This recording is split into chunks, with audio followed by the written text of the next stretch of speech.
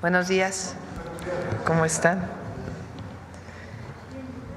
Bien, hoy nos toca hablar de salud, muy brevemente. Va a presentar el programa de vacunación, la Semana Nacional de Vacunación, el doctor David Kersenovich. Después Eduardo sobre el avance en los medicamentos, información del IMSS con Zoé, del ISSSTE con Martí y del IMSS Bienestar con Alejandro Schwartz. Y después habíamos quedado pendientes con información de la UIF, que va a presentar hoy Pablo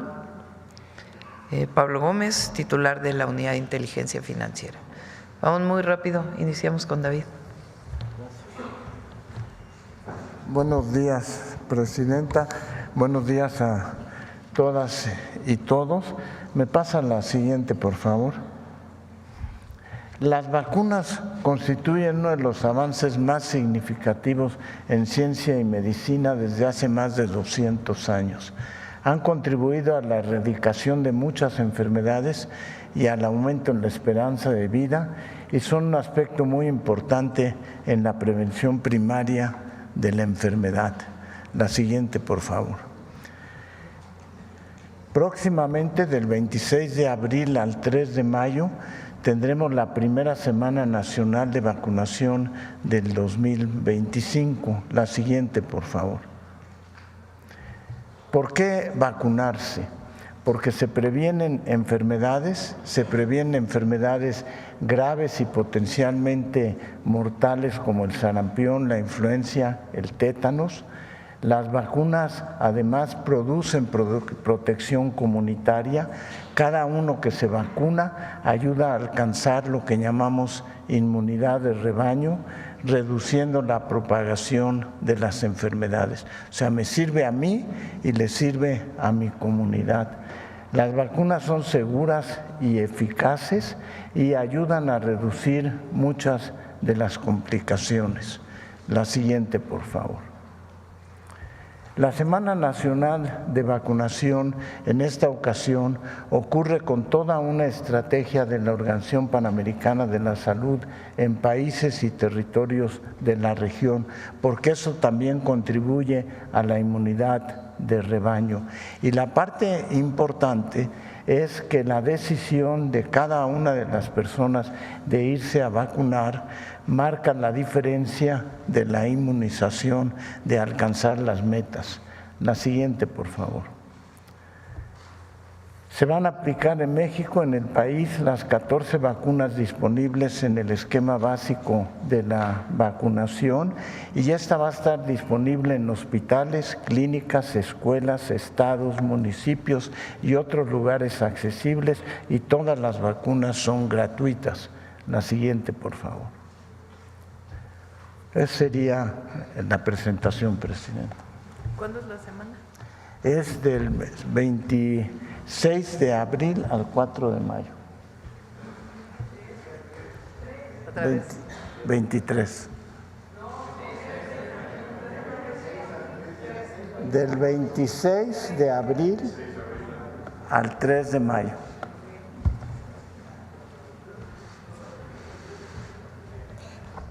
Presidenta, con su permiso, hola, muy buenos días. Les informamos rápidamente del avance de la compra y distribución de medicamentos e insumos para la salud en nuestro país. Si nos dan la siguiente, por favor. Estos son los resultados más recientes que tenemos. En este mes de marzo hemos solicitado 381 millones de unidades de medicamentos, reactivos, pruebas, dispositivos, etcétera, para el sector salud. Representan prácticamente 2 meses de abasto, 1.8 meses de abasto. Y de estas hemos recibido ya cerca de 233 millones de piezas, es decir, 61% de lo pedido en marzo, pero este 40% restante sigue en proceso de tránsito y entrega. De hecho, en particular en el IMSS Bienestar, que es donde, como pueden ver, todavía tenemos un porcentaje importante por recibir, tanto un servidor como el director general del IMSS Bienestar, el doctor Sbarch, nos hemos venido reuniendo con toda la proveeduría en los últimos días para agilizar las entregas, simplificar la tramitología y eficientar la llegada de los medicamentos. Pero queremos mostrarles aquí que efectivamente tenemos ya un avance mucho más considerable que hace 2 semanas. Ya estamos sintiendo en varios lugares la llegada de los insumos y si bien este proceso continúa, podemos ya ver los primeros resultados de una llegada de insumos pues ya superior a los 233 millones de unidades. Esto a corte del viernes, es decir, pudo haber crecido un poco más. Siguiente. También, y brevemente les comento, para la tranquilidad de todos y para el interés y en términos de transparencia proactiva, en la página de la compra consolidada, compraconsolidada.salud.gov.mx, también estamos habilitando una sección para que ustedes consulten todos los medicamentos que hemos adquirido, así como su respectivo volumen, costo y el proveedor, para que en caso de cualquier duda, si alguien les comenta que tal vez falta un medicamento, puedan ustedes ver si es un medicamento que efectivamente ha sido adquirido y esté en proceso de suministrarse o distribuirse. Como les comentábamos antes, estamos tranquilos que hemos adquirido prácticamente la totalidad de lo necesario para operar el sector salud en estos siguientes 2 años. Siguiente. Aquí, por ejemplo, inclusive por un tema interesante, pueden filtrar por el tipo de medicamento, la clave, cómo se llama el medicamento, el grupo terapéutico. Por ejemplo, ahí ven una imagen del filtro de todos los oncológicos que hemos comprado, que nada más para que tengan referencia, representan 53 mil millones de pesos de una compra total hasta ahora pues superior a los 250 mil millones de pesos. Es decir, es un ejercicio de transparencia proactiva para que ustedes puedan ver medicamento por medicamento lo que se ha adquirido, que nos puede servir para casos específicos. Por ejemplo, recuerdo la semana pasada aquí en este espacio se platicaba de un medicamento que se decía no se había adquirido, el crizotinib, que es un medicamento que se usaba para cáncer de pulmón de células no pequeñas con mutación ALK. Y la idea es que puedan checar en esta plataforma que, por ejemplo, este es un medicamento más viejo. Hemos comprado las 2 terapias más innovadoras de este mismo tipo de padecimiento, que son el alectinib y el lorlatinib, que son terapias inclusive más modernas, a precios inclusive más baratos de lo que se compraba antes el medicamento del cual no se tenía referencia. Siguiente. Y finalmente también estamos trabajando en esta misma página para que vean a partir de la próxima semana las propias órdenes de suministro que estamos emitiendo. No solo lo que se ha comprado, sino cómo va llegando, cómo se va entregando y muy importantemente que vayan ustedes monitoreando también quiénes son los proveedores más cumplidos y quiénes inclusive hemos pedido y todavía están en proceso de entregar. Es un ejercicio para que ustedes puedan darle seguimiento y la sociedad civil y también los propios pacientes de manera particularizada a lo que hemos adquirido y cómo se va distribuyendo. Pero para cerrar, estamos ya viendo los primeros resultados, nos falta todavía recibir aún más, seguir pidiendo para los siguientes meses, pero tenemos ya un avance bastante considerable de 233 millones de piezas, que son prácticamente más de un mes de insumos para todo el país, en todo el sector. Muchas gracias.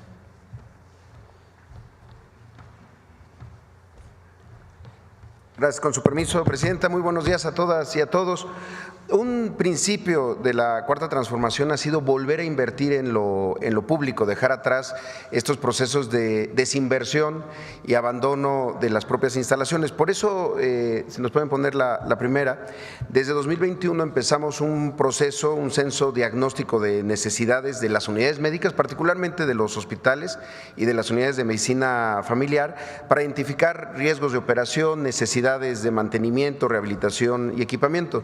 Y lo hicimos a través de programas específicos, evitando que hubiera múltiples y desordenadas intervenciones en las unidades del IMSS. Solamente para poner un ejemplo, el año pasado se concluyó todo el proceso de rehabilitación de la totalidad de más de 1,000 quirófanos que tiene el Seguro Social. Y lo que presentamos el día de hoy es el Plan 2025, enfocado en 8 programas y 1,990 diferentes intervenciones estratégicas que suman un monto total de 7,454 millones. ¿Cuáles son estos 8 programas?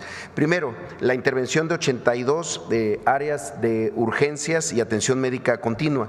Hay áreas en el primer nivel de atención, en las unidades de medicina familiar, seguramente ustedes las han visto, que además de los consultorios tienen áreas que están abiertas 24 horas al día, los 7 días de la semana, para la atención de urgencias. Esto permite que se atiendan en el primer nivel de atención algunas urgencias que pueden ser sentidas y que no van a requerir una intervención quirúrgica o una hospitalización. Son 52 áreas de atención médica continua y 23 áreas de urgencia en 71 unidades médicas de medicina familiar, ubicadas en 14 estados del país, una inversión de 497 millones de pesos. El siguiente programa es la intervención de 24 hospitales prioritarios en 16 estados. Son de la infraestructura que tiene más años y que durante mucho tiempo no se había invertido. Son 24 hospitales en 16 estados para trabajos mayores de rehabilitación, de instalaciones hidroeléctricas, aires acondicionados. Son intervenciones muy profundas. Las siguientes son 124 áreas de terapia intensiva. En estas áreas son 28 unidades de cuidados intensivos neonatales, 16 pediátricas, 80 de adultos en 78 hospitales en 25 estados. En muchas de estas intervenciones, adicional a la rehabilitación completa de los gases medicinales, las tomas de oxígeno, todo lo que se requiere para que estén en norma, muchas veces también se ganan espacios en camas de cuidados intensivos que son tan necesarios. Esta intervención de las 124 áreas tiene un costo de 1,757 millones de pesos. Y una cosa muy importante, la presidenta Claudia Sheinbaum nos ha pedido seguir incrementando la formación de médicas y médicos especialistas para que en algunos años, cuando egresen, los podamos contratar. Esto muchas veces significa tener que intervenir en las áreas en donde llevan a cabo su formación, aulas, áreas de descanso para las residencias médicas. Por eso este año se están rehabilitando 469 áreas de descanso y 439 aulas para llegar a un total de 908 intervenciones de residencias médicas en 283 unidades médicas en 30 estados. Esto incluye además de hospitales, unidades de medicina familiar. La siguiente intervención tiene que ver con 7 áreas de hemodiálisis directa, de la que se presta directamente en unidades del IMSS en 92 hospitales de 25 estados. Con esto nos permitirá también ampliar la capacidad de atención sin subrogación en las áreas de hemodiálisis interna. La siguiente, también una cosa muy sensible y muy importante, se están llevando a cabo para 2025 551 obras de accesibilidad para la libre circulación de personas con discapacidad. Muchos hospitales del IMSS, cuando se construyeron, no había todavía una norma respecto a los temas de accesibilidad para personas con discapacidad, por eso se están llevando a cabo en 179 unidades de medicina familiar, 231 hospitales y 16 centros de seguridad social, así como 11 guarderías. Estas intervenciones van a estar ubicadas en 23 estados. Y las últimas dos son las intervenciones que se han hecho a partir de los cambios a la ley en 2022 en materia de salud mental. La Ley General de Salud planteó que había que tener más áreas de hospitalización sobre todo y consultorios para la atención de la salud mental. Por eso son 137 áreas de salud mental, 89 consultorios y 48 áreas de encamados en 89 unidades médicas en 20 estados del país para atender temas de salud mental. Y finalmente, algo que se ve poco en el Seguro Social, pero que es igual de importante, las áreas de atención de ventanilla en las subdelegaciones, espacios donde se realizan trámites. Solamente en enero y febrero de este año se han realizado más de 7,000 trámites de modificación de registro patronal, solicitud de corrección de datos, solicitudes de ingresos de obras. Aquí también se están haciendo en 54 inmuebles en 23 estados una rehabilitación completa, son todas unidades propias del IMSS. En suma, insisto, 8 programas, 1,990 intervenciones, y nos ha pedido la presidenta también seguir informando también sobre cuestiones de sustitución de equipo médico y también lo que estamos haciendo en los espacios para el abasto de medicamentos, y eso lo informaremos en las siguientes mañaneras del pueblo. Gracias.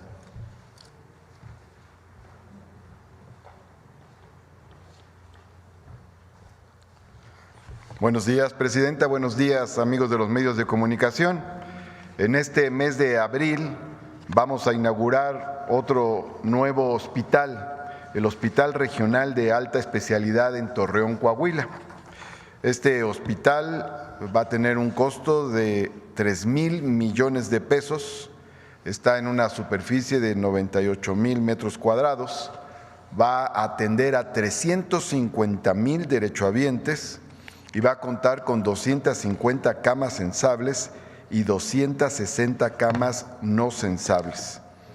Va a contar con 44 consultorios de 36 especialidades, entre estas especialidades, psiquiatría, reumatología, gastroenterología, neurología, hematología, infectología y medicina interna, también oncología médica y oncología quirúrgica, ginecología y obstetricia, y neumología, ortopedia, traumatología, neurocirugía, nutrición, nefrología, y por otra parte va a tener un servicio especial de telemedicina para dar consultas desde el hospital de alta especialidad a centros de salud que se encuentren en la periferia del estado de Coahuila. Va a contar con varios servicios auxiliares de diagnóstico como rayos X, ultrasonido, mastografía, tomografía, laboratorio, banco de sangre, resonancia magnética, y va a contar también con los siguientes servicios auxiliares: hemodinamia, urgencias, endoscopía, diálisis y hemodiálisis. De igual manera, quimioterapia, radioterapia y cuidados intensivos, entre otros. Muchas gracias. Buen día, presidenta.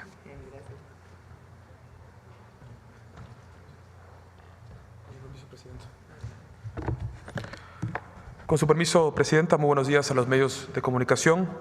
El día de hoy presentaremos la estrategia de aperturas de quirófanos no funcionales, que es el programa de fortalecimiento de infraestructura y equipamiento más importante para los hospitales del IMSS Bienestar en el 2025. El objetivo central de esta estrategia es combatir la inequidad en los servicios de salud y que las personas puedan ser operadas, atendidas quirúrgicamente en sus lugares de origen sin necesidad de trasladarse a las grandes ciudades. Siguiente, por favor. Hemos identificado 99 hospitales que no tienen ningún quirófano funcionando correctamente, ya sea por falta de personal quirúrgico, por equipamiento o por propios problemas de la infraestructura, y que a través de esta estrategia volveremos a poner en funcionamiento. Como pueden ver ustedes, 7 de cada 10 quirófanos que vamos a intervenir están en lugares que atienden a población en situación de vulnerabilidad. Siguiente, por favor. Al rehabilitar estos quirófanos vamos a ayudar también a toda la red hospitalaria, ya que además de aumentar la productividad quirúrgica en cada una de estas unidades intervenidas, se va a reducir la saturación hacia los hospitales generales y hospitales de especialidad.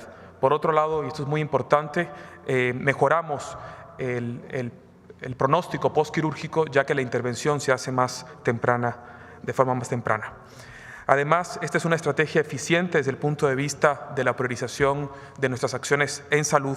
Por ejemplo, el Hospital Comunitario de Tamazunchale tiene equipamiento médico, pero nuevo, de hecho, pero no puede operar por falta del personal quirúrgico.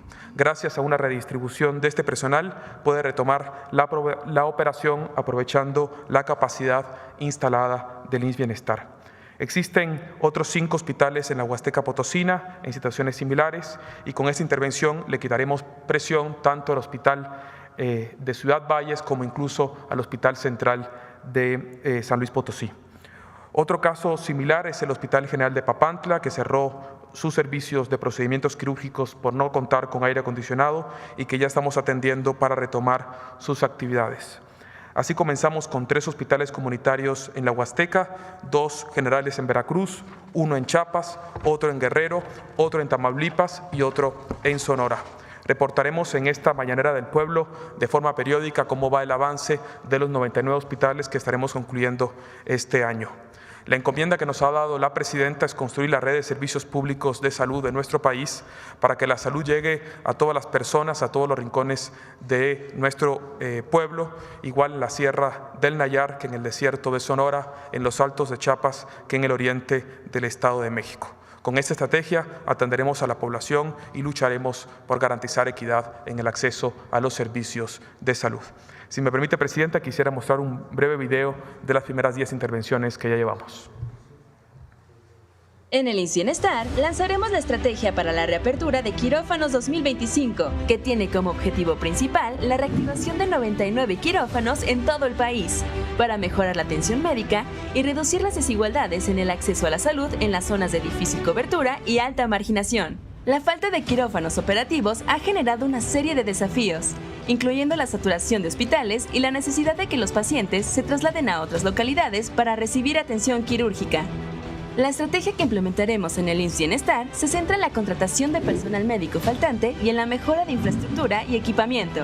La reactivación de los quirófanos tendrá un impacto significativo en la calidad de la atención médica, permitiendo realizar tratamientos tempranos y disminuir complicaciones en padecimientos crónicos, además de disminuir la saturación en los hospitales cercanos. Esta semana ya se están interviniendo los quirófanos de 5 hospitales clave, los hospitales comunitarios de Tamazunchale, Tamuín y Aquismón en el estado de San Luis Potosí, así como los hospitales generales de Papantla y Tantoyuca en Veracruz. Seguiremos con los hospitales comunitarios en Chiapa de Corzo en Chiapas, Xochihuehuetlán en Guerrero, el Hospital Integral Miguel Alemán en Tamaulipas y los hospitales generales de Álamos en Sonora y Chalco en el Estado de México. Así como estos, Cada semana más quirófanos serán rehabilitados y puestos en funcionamiento hasta cumplir nuestra meta, porque la salud es un derecho, no un privilegio. Servicios públicos de salud para todas las personas, en todos los lugares. Gobierno de México. Pablo.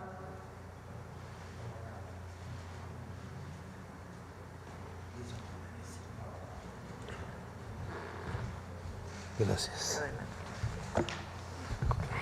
Con permiso de la presidenta, vamos a hablar de un caso que ha sido muy comentado en los medios de comunicación, que tiene que ver con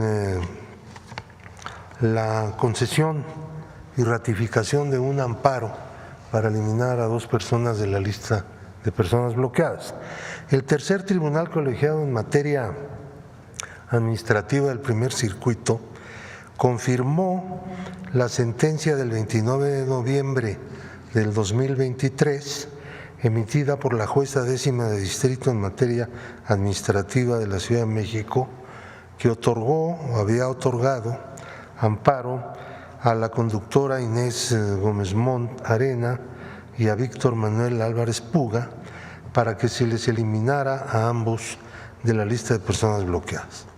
Consecuencia, el 4 de marzo de ese año, en acatamiento del ordenado por la jueza de distrito, la UIF giró instrucciones para que se reanudaran todos los servicios financieros, por lo que el 10 de marzo siguiente el juzgado tuvo por cumplida la sentencia judicial de amparo. La orden del Poder Judicial de eliminar de la lista de personas bloqueadas a Inés Gómez Mont y a Víctor Manuel Álvarez Puga les permitirá hacer uso del sistema financiero nacional sin ninguna restricción, a pesar de que el Ministerio Público cuenta con orden de aprehensión en contra de ambas personas. La lista de personas bloqueadas es una medida preventiva para suspender de inmediato que los recursos cuyo origen se presume de procedencia ilícita continúen siendo integrados en la economía nacional. Es una medida de protección del sistema financiero y de la economía nacional. La unidad de inteligencia financiera no realiza los bloqueos los hacen las instituciones financieras por disposición de la UIF al incorporar sujetos, personas físicas y morales, a la lista de personas bloqueadas. Esta conducta no es rara. De vez en cuando, algún acto como estos se hace algo escandaloso. Vemos la siguiente diapositiva. Lista de personas bloqueadas. Del 1 de diciembre de 2018 a marzo de 2025 se incluyeron en la lista de personas bloqueadas a 5.904 personas físicas y 1.911 personas morales, es decir, empresas. En total, 7.815 sujetos. Se han desincorporado de la lista a 910 personas físicas, 360 morales. Actualmente se encuentran en la lista casi 5.000 personas físicas y 1.551 personas morales. Total 6.545.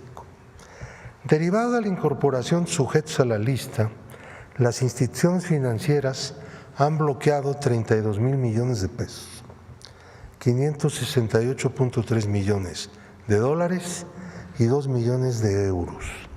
Como resultado de resoluciones judiciales, así como del Tribunal Contencioso Administrativo y de la UIF, se han desbloqueado recursos de acuerdo a lo siguiente. Les hago la aclaración. Una persona que es incorporada a la lista físico-moral tiene dos posibilidades de objetar esa incorporación. Se va al amparo, en cuyo caso abandona el terreno administrativo, que es la naturaleza de esta incorporación, o se va a una audiencia en la unidad de inteligencia financiera. En el caso del amparo pide la suspensión y los jueces inmediatamente la otorgan, la inmensa mayoría de los jueces. Le permiten utilizar los recursos, aunque sigue incorporada en la lista. Y por la vía administrativa exponen su situación en la unidad de inteligencia financiera. Si ahí se considera que efectivamente tiene razón la persona afectada, se dispone su eliminación de la lista.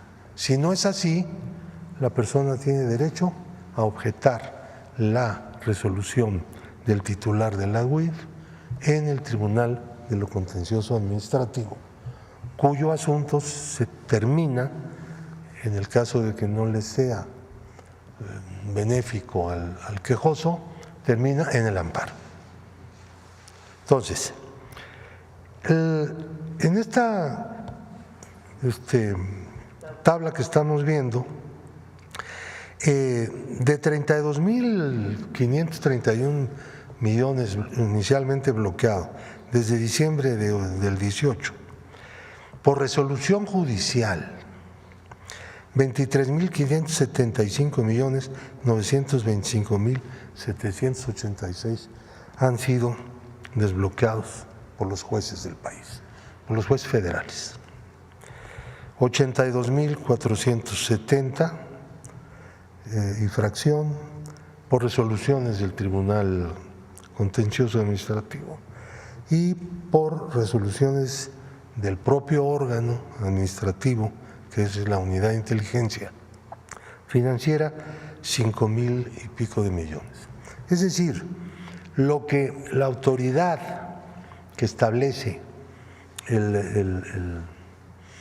la incorporación en la lista de las personas bloqueadas, que finalmente es eliminada de la propia lista, es una cantidad mucho menor que lo que inmediatamente resuelven las autoridades antes del juicio.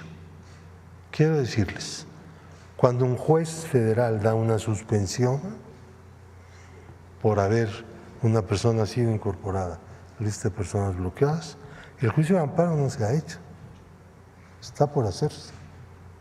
Ahora ya están ordenando a la UIF que desincorpore de la lista a personas con la pura suspensión provisional, ni siquiera con la definitiva, porque interpretaron una contradicción entre órganos judiciales en la segunda sala y resolvieron simple y sencillamente que la materia del amparo puede ser eliminada de un juicio de amparo, con tal de beneficiar pues, a toda clase de personas que lavan dinero, vamos a decirlo tranquilamente.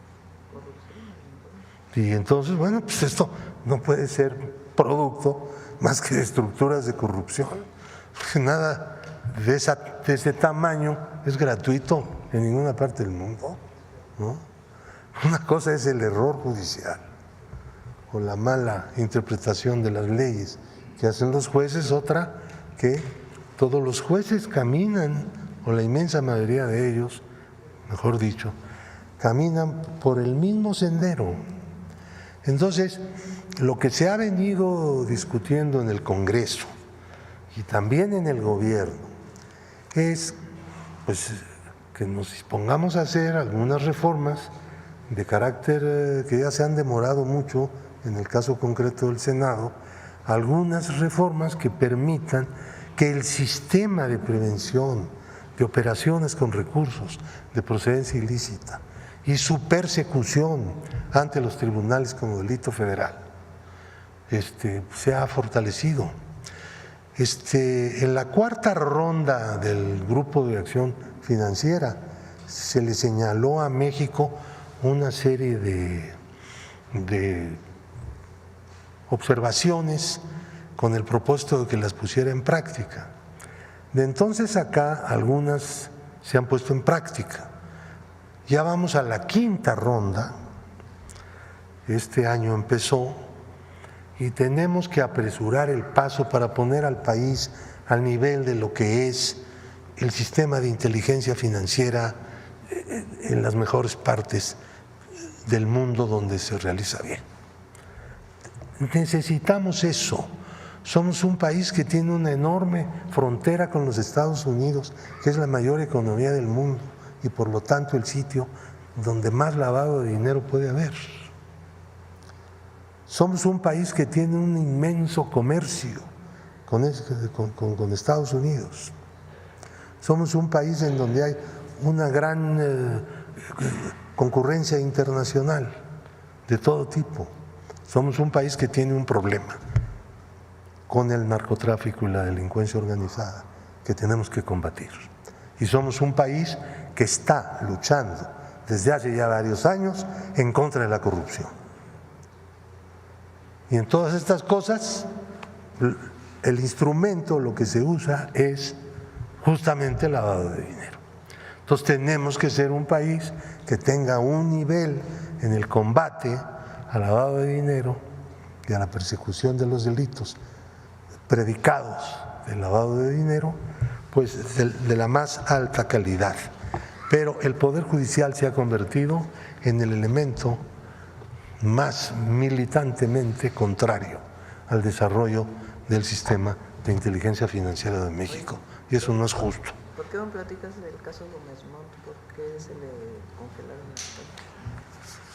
Gómez Montt fue acusado de una serie de fraudes, bueno, y su compañero, Álvarez Puga, en el sistema de prisiones.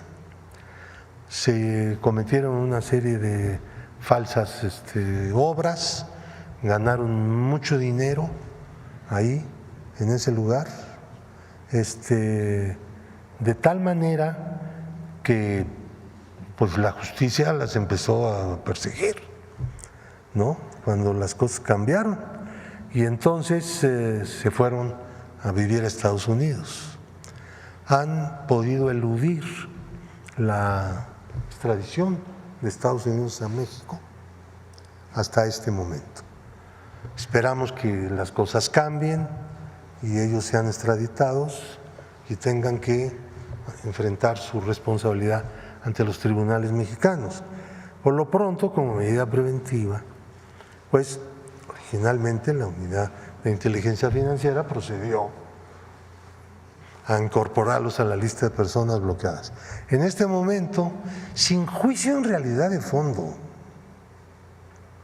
No se da eso. Han sido incorporados, pueden hacer operaciones libremente en el sistema financiero. Ellos. Así como ellos, hay centenares de personas que han hecho cosas parecidas, semejantes, y que son liberados por los jueces para que puedan usar de nuevo el sistema financiero. Así estamos. Gracias. Gracias. Bueno, muy breve, nada más para complementar lo de Pablo. Cuando hay evidencia en la Unidad de Inteligencia Financiera de mala utilización de recursos, de lavado de dinero, lo que hace la UIF es congelar una cuenta. ¿Qué es lo que ha pasado? Que estas personas se amparan y en la suspensión, ni siquiera en el juicio de fondo, les liberan las cuentas los jueces. Estamos hablando de 35,000 millones de pesos. Una razón más para lo que va a ocurrir el 1 de junio. No voy a decir qué porque me va a sancionar el INE, pero todo el mundo sabe. Que no puede ser esta colusión y esta corrupción, porque no tiene otro nombre, de los jueces y de muchos ministros de la Corte. Cuando se demuestra que hay lavado de dinero, sea por corrupción o sea delito de cuello blanco de algún tipo o por delincuencia organizada, y resulta que se liberan las cuentas para que se siga usando el recurso. Pues no tiene otro nombre, se llama corrupción. Entonces, estamos preparando, ya hay una modificación a una ley en el Senado, pero estamos preparando, además de lo que va a ocurrir el 1 de junio, modificaciones legales para que esto no pueda ocurrir. Porque en todo caso tiene que haber un juicio de fondo para demostrar que deben ser liberados los recursos por una mala interpretación de la Unidad de Inteligencia Financiera, no una primera suspensión para liberar los recursos. Entonces esto es importante. Bueno, ahora sí vamos a las preguntas. A ver, vamos por acá.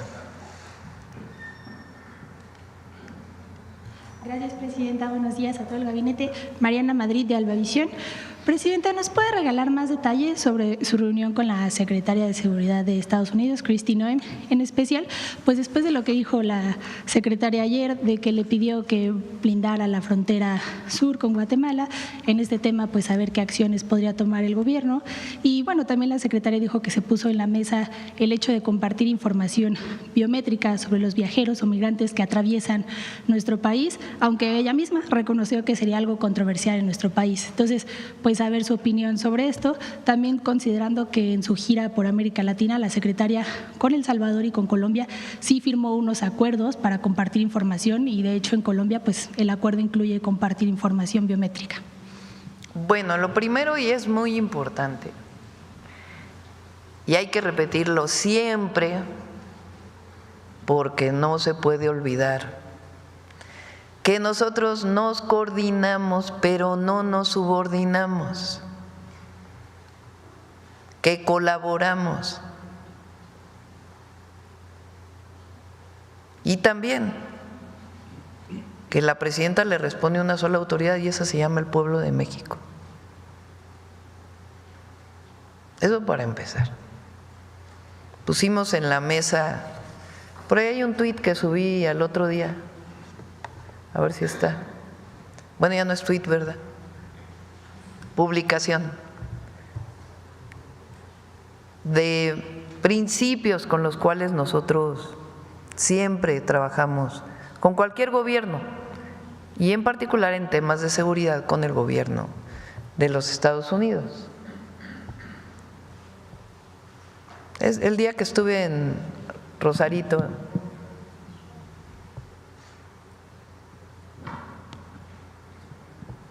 bueno, ahora que venga, ahí están. No pongan el video si quieren. Responsabilidad compartida.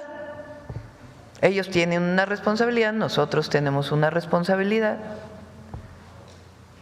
Por ejemplo, por cierto, lo que ayer sacó el secretario del Tesoro, pues es información que viene de la coordinación binacional.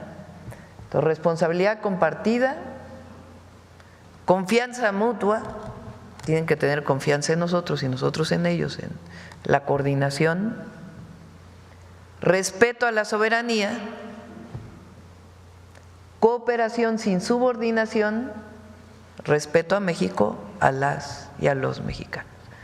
Son nuestros 5 principios con los que trabajamos con el gobierno de Estados Unidos y en particular en temas de seguridad. En el 2022 se firmó un acuerdo con el presidente López Obrador que tenía que ver con revisión de aduanas, particularmente con revisión de paquetería e información conjunta. Entonces, ese convenio se firmó nuevamente, se ratificó el convenio. En el caso de datos biométricos, pues yo le explicaba a la secretaria que en el caso de México pues no tenemos una identidad de datos biométricos y que en todo caso pues eso tenía que ser parte de una mesa de trabajo. Entonces el segundo acuerdo pues no se firmó y va a haber la coordinación que tiene que seguir habiendo. Y en el caso de blindar la frontera sur con Guatemala, ¿algunas acciones en específico que se vayan a tomar? Yo le planteé que la mejor manera no de blindar, sino de atender la migración en la frontera sur, es hacerle un polo de desarrollo entre Guatemala y México. Es parte del proyecto que tenemos con el tren interoceánico que llega a Ciudad Hidalgo y que trabajamos con el gobierno de Guatemala para que ese tren pueda seguir por Guatemala. Y lo que le plantea es que la mejor manera pues es hacer un polo de desarrollo en donde podamos trabajar el gobierno de Guatemala, nuestro gobierno, con polos de bienestar. Nosotros tenemos ya 2 polos de bienestar en Tapachula, que ya, no sé si ya salieron a licitación o están por salir a licitación por parte de la Secretaría de Marina, pero que esa sería la mejor forma mejor eso a tener pues soldados en toda la frontera sur. De todas maneras, nosotros trabajamos en el rescate humanitario de migrantes en todo el territorio nacional y le explicamos pues esta política que venimos desarrollando desde hace tiempo, que además evita que lleguen las personas al norte, que sean atendidas en nuestro territorio y si así lo desean de manera voluntaria, ser repatriados a sus países. En otro tema que tiene que ver con Estados Unidos, ¿qué reporte le dan el secretario de Seguridad y el jefe de la Unidad para América del Norte de la Secretaría de Relaciones Exteriores sobre las reuniones que se sostuvieron ayer en Washington? Sí, es parte de este trabajo que viene desde febrero. Ayer tuvo una llamada también el secretario de Relaciones Exteriores con el secretario Rubio del Departamento de Estado de los Estados Unidos. Recuerden que en febrero hubo una reunión en Washington, se hicieron una serie de acuerdos de colaboración, de coordinación para los temas de seguridad y hay seguimiento de esos acuerdos. La misma visita de la secretaria Noem pues tiene que ver con este seguimiento y también las visitas que están haciendo el secretario de Seguridad y el subsecretario de Relaciones Exteriores para Norteamérica. Presidenta, ayer China, Japón y Corea del Sur anunciaron que responderán en conjunto los aranceles que va a anunciar Trump mañana. Sabemos que su postura es esperarse a que Trump los anuncie para hacer un anuncio general, pero en algún momento existe la posibilidad de que México anuncie una respuesta en bloque con otros países a estos aranceles. Nosotros estamos trabajando y lo saben y va todo en este sentido y lo estamos acelerando en el beneficio de México. Nuestra economía está muy integrada con la economía de Estados Unidos. La mayoría de los automóviles que se producen en México, por ejemplo, son para exportación. Pero muchos de los autos, lo platicaba el otro día, que se venden en México, autos compactos, que son más populares, de precios más bajos, se fabrican en China y se venden en México. Pues obviamente a nosotros nos interesa que esos vehículos se fabriquen en México para fortalecer la economía nacional y la producción nacional y el mercado interno. Entonces nosotros, nuestra respuesta frente a la situación de aranceles que se pueda presentar a México, hay que esperar, que sigue habiendo diálogo, eso es importante que lo sepan, entre el secretario Ebrard y el secretario de Comercio de los Estados Unidos, y va a seguir habiendo diálogo porque ese nunca debe suspenderse, pues es el Plan México. No es solamente una respuesta frente a los aranceles, sino un plan de fortalecimiento de la economía nacional, que es parte de lo que hemos venido trabajando. Entonces, sí tiene que haber en algunos casos con posibles medidas arancelarias, pero no es un conflicto con Estados Unidos, sino es el fortalecimiento de nuestra economía. Entonces, en ese sentido va nuestra propuesta al pueblo de México el 3 de abril, 4 de abril, y vamos a esperar pues cuál es exactamente la posición que toma el gobierno de los Estados Unidos el 2 de abril. Entonces, que sepan que sí estamos preparados, nos reunimos 2, 3 veces a la semana con el equipo para fortalecer pues las distintas medidas. Lo que queremos pues es proteger al pueblo de México y al empleo, esencialmente. Y hay plan y vamos a esperar a ver cuál es la propuesta. Y siempre estamos abiertos al mundo.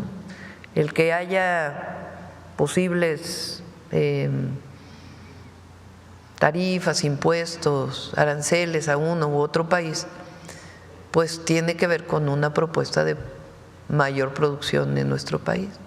Lo hemos platicado muchas veces. Prácticamente lo que exportamos lo importamos en términos monetarios y lo que queremos es importar menos y producir más en México.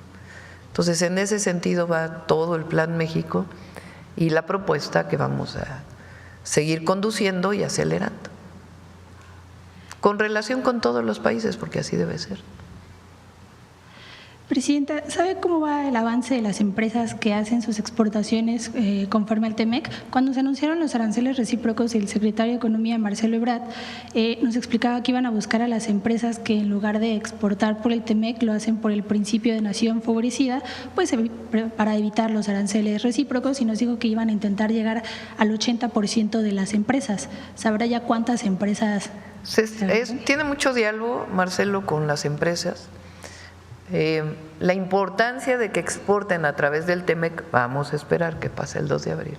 Y también con las medidas que anunciaron para la industria automotriz, que también seguimos dialogando en ese sentido, y también sobre el acero y el aluminio. Si se exporta a través del TEMEC, si se conserva este mecanismo, que esperemos que sí, hay lo que se llaman reglas de origen. Quiere decir que se produzca más en Norteamérica para exportar o tiene que tener un contenido de cualquiera de los 3 países para su exportación, que si viene el contenido mayor de otros países. Entonces, nos conviene que sea a través del TEMEC. ¿Por qué? Porque hay mayor contenido, por ejemplo, mexicano. Entonces se fabrica más en México. Entonces sí hay mucho trabajo por parte de la Secretaría de Economía para poder entrar a través del TEMEC y no de la nación más favorecida. Y bueno, finalmente preguntarle, pues con los reportes de las caídas de las bolsas a nivel mundial, ¿cómo se encuentra la economía mexicana? Hay analistas que aseguran que nuestro país tendrá una recesión económica. Sí, hay que esperar a ver cómo viene el 2 de abril y nosotros estamos trabajando.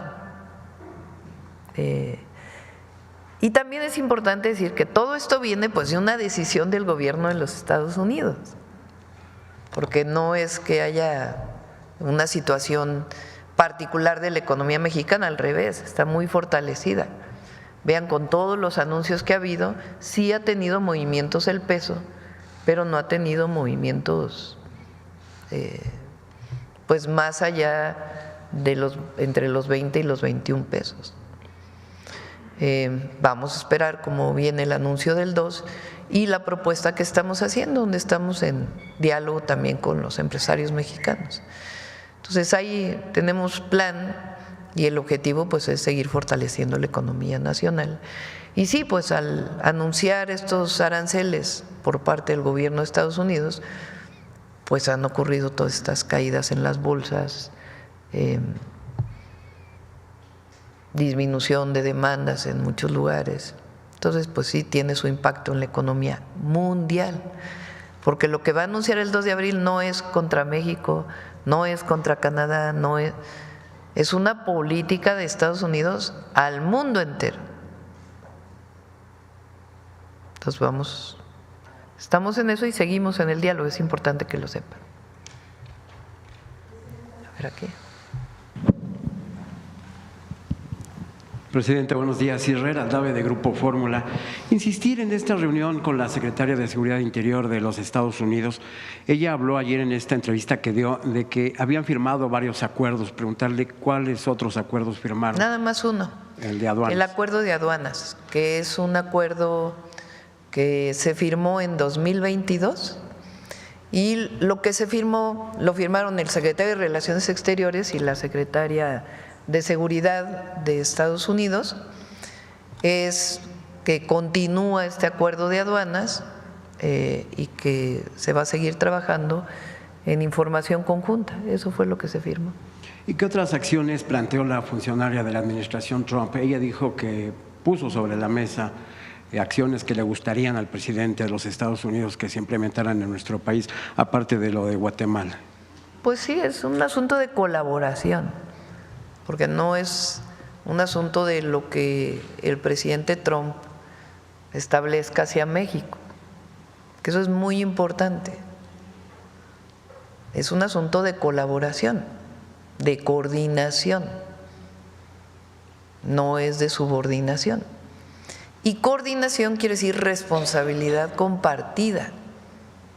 Por ejemplo, nosotros hemos planteado, lo planteó ayer también el secretario Juan Ramón de la Fuente con el secretario Rubio, que así como nosotros estamos colaborando para evitar la entrada de fentanilo a los Estados Unidos y de otras drogas, particularmente sintéticas, pues nosotros queremos que Estados Unidos pare la entrada de armas de Estados Unidos a México.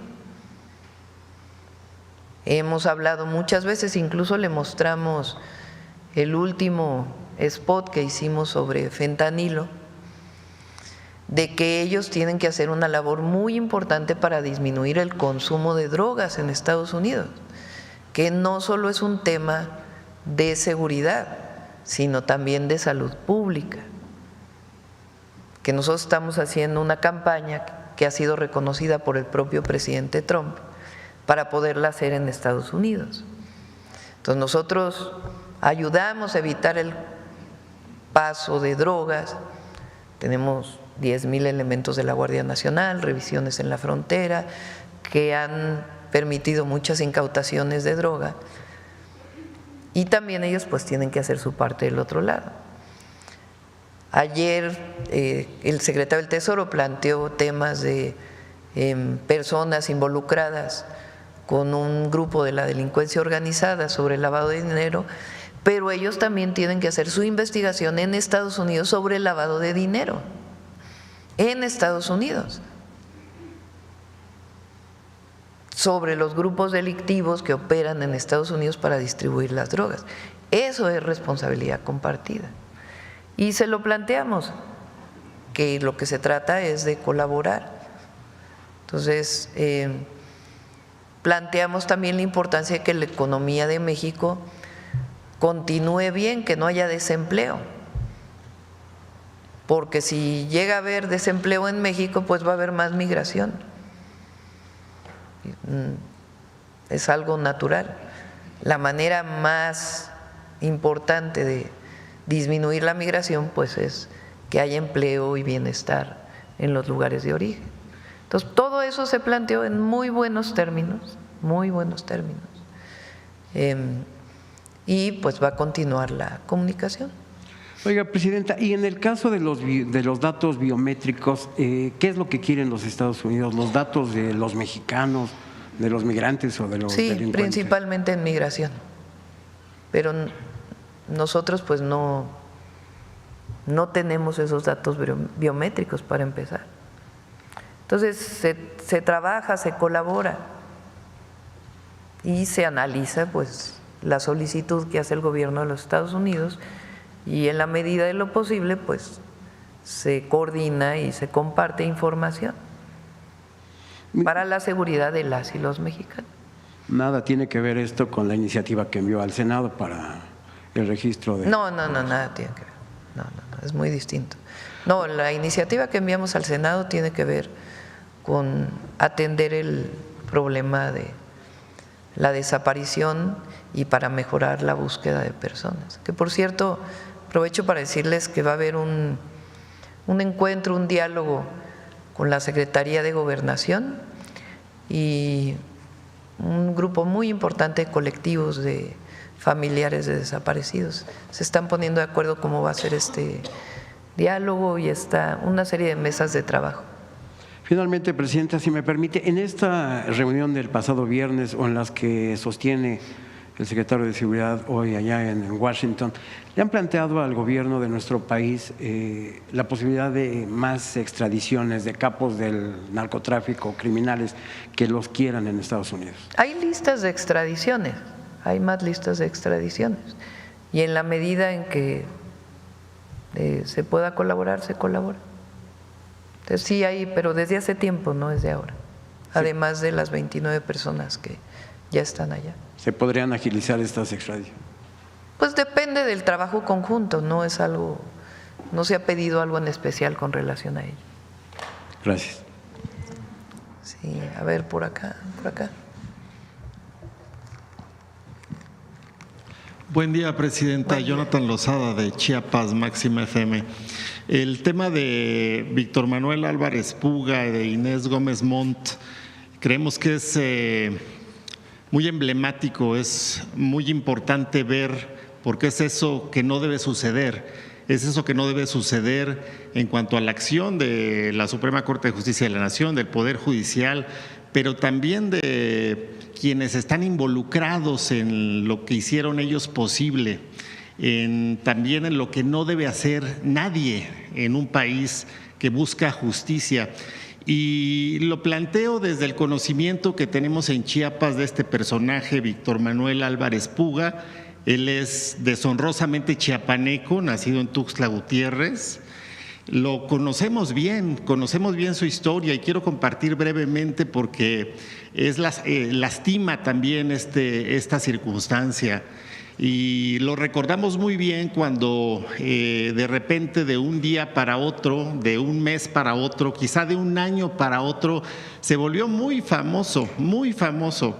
Y todos hablaban en Chiapas de los Álvarez Puga como gente muy respetable, como gente que hizo dinero de una manera lícita, y no fue así.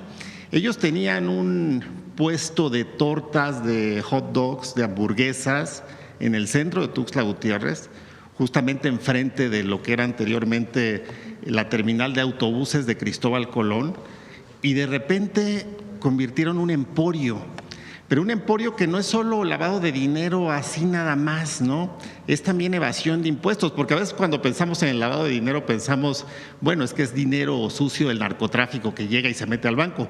Pues sí, pero también es dinero de quien no quiere evadir, de quien no quiere pagar impuestos, de quien evade impuestos. Y de quien evade impuestos a veces, pues podemos ir en contubernio o en acción o en asociación con autoridades incluso. Es muy grave, es muy profundo, ¿no? Entonces no hay nada de respetable en ese caso, es todo lo contrario, ¿no? Y yo me acuerdo que platicaba con la gente, ¿no? Y también nuestro trabajo periodístico, ¿y quién es Álvarez Puga? O sea, que de repente cuando empezó a sonar su nombre, y yo me acuerdo mucho de una respuesta que decían, es que es un fregón, ¿no? Que logró encontrar un vacío en la ley y a partir de ahí es que está haciendo toda una estrategia. Es hasta insultante, ¿no? Y me parece que exponerlo está muy bien, exponerlo, pero que se vea, que se visualice más, que los medios lo puedan conocer y que la gente lo pueda conocer más allá del simple hecho de que se han descongelado sus cuentas, porque lo hemos visto en Chiapas y con la desigualdad que tiene mi estado, donde hay gente que aún y con las condiciones y las acciones que se han emprendido para darle dignidad al sur, pues sigue en condiciones de pobreza y de desigualdad muy lacerante, pues no es justo, ¿no?, que suceda esto. Y aquí la pregunta que quiero plantearle, Presidenta, ahora que se ha comentado al respecto es, ¿qué ley o leyes se modificarán para evitar que los jueces con un amparo liberen las cuentas de presuntos lavadores de dinero? Y también preguntarle a usted qué nos puede decir, qué mensaje puede dar, porque el mensaje que envía a la Suprema Corte es, puedes ser defraudador, puedes enriquecerte ilícitamente, puedes lavar dinero y llevártelo, y puedes volverlo a hacer. Y eso creo que es un muy mal mensaje. Sí. Pablo.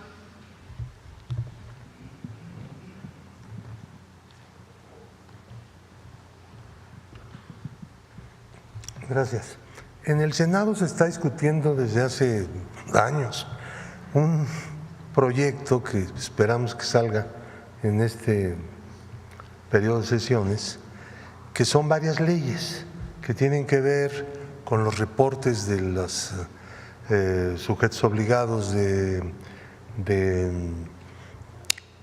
relacionados con las actividades vulnerables hacia la unidad de inteligencia con el propósito de que se organice mejor la información y se pueda prevenir el lavado de dinero. Es básicamente la ley ORPI la que se está discutiendo y una parte del Código Penal, un aspecto para darle al gobierno la capacidad de representar el sistema financiero como ofendido en los juicios de lavado de dinero, justamente, porque eso no está con claridad establecido y los jueces se niegan a esto. Entonces ahí ya se superará. El gobierno internamente, la presidenta, ha comentado, ha discutido y está analizando la posibilidad de presentar alguna iniciativa para detener las suspensiones, porque ya se convirtieron en el instrumento para acabar con la lista de personas bloqueadas, su efectividad y por lo tanto la prevención, que ese es el instrumento básico del lavado de dinero. Entonces habría que entrar a la ley de amparo. Ya cuando la presidenta acuerde que es el momento de abordar este asunto, seguramente se complementará con el perfeccionamiento del mecanismo de audiencia administrativo que da la Unidad de Inteligencia Financiera a las personas que son incorporadas a la lista. Creo que hay que mejorar las garantías, la atención a estas personas, la posibilidad de defenderse, y yo diría que ampliando incluso los plazos que se tienen. Todo procedimiento requiere plazos, pero yo soy de los que pienso que entre más amplios son los plazos para que alguien se pueda defender, será mejor la resolución que al final la autoridad tome. Entonces, estas cosas también entrarán, no solamente aquellas que le interesan al gobierno, sino también aquellas que les interesan a los ciudadanos y ciudadanas para llevar a cabo sus defensas, sus planteamientos y lo que sea, ¿no? Así es la idea. Gracias. La reforma al Poder Judicial, además de la elección, tiene planteamientos sobre temporalidad de juicios, para que no sean juicios eternos, en donde pueda seguir habiendo amparo sobre amparo, sobre amparo, sobre amparo. Y no quiere decir que no protejamos al individuo frente a la autoridad, que es el objetivo fundamental del amparo, pero tienen que acelerarse. Entonces, para que se pueda cumplir, por ejemplo, el plazo del que el juicio mercantil, creo que son 6 meses lo que se plantea ahora en la Constitución, pues tienen que modificarse varias leyes, entre ellas la ley de amparo. Entonces lo está trabajando la consejera jurídica en un grupo muy amplio y se va a presentar ya pronto, entre otras también leyes de procedimiento que obvien tiempos, que disminuyan tiempos para que haya justicia. Porque la justicia no es medio justicia, o hay justicia o no hay justicia. Y bueno, recordemos que la exconductora Inés Gómez Montt, pues es sobrina de Fernando Gómez Montt, exsecretario de Gobernación del gobierno de Felipe Calderón, y bueno, Álvarez Puga, quien fue señalado por todo este tema, amigo del grupo de Juan Collado. Ellos se conocieron en una reunión, ¿no?, de un personaje cercano también a a Salinas de Gortari, solamente para no olvidar el contexto. Presidenta, en este tono que estamos tocando y planteando, recuerdo que el fin de semana que estuvo en Rosarito, Baja California, dio a conocer el titular del Infonavit que se han levantado 38 carpetas de investigación por el tema de los fraudes y abusos en torno a los trabajadores afiliados al Infonavit, pero que van a llegar a ser 3,800. Y también está relacionado el tema, o bueno, en el mismo tono, este que tiene que ver con la primera compra consolidada del gobierno, en donde se detectó este fraude por alrededor de 13,000 millones de pesos, 2 casos que pues han salido a la luz de cuestiones turbias. ¿Qué hay de ello, Presidenta? ¿Tienen… ¿Dices de la compra de medicamentos? Sí, donde estuvo se detectó esta cuestión. Sí, pero no se consumó, digamos. Sí. Afortunadamente, preventivamente, se detuvo antes de que pudiera haber este fraude o pues este delito. Sí.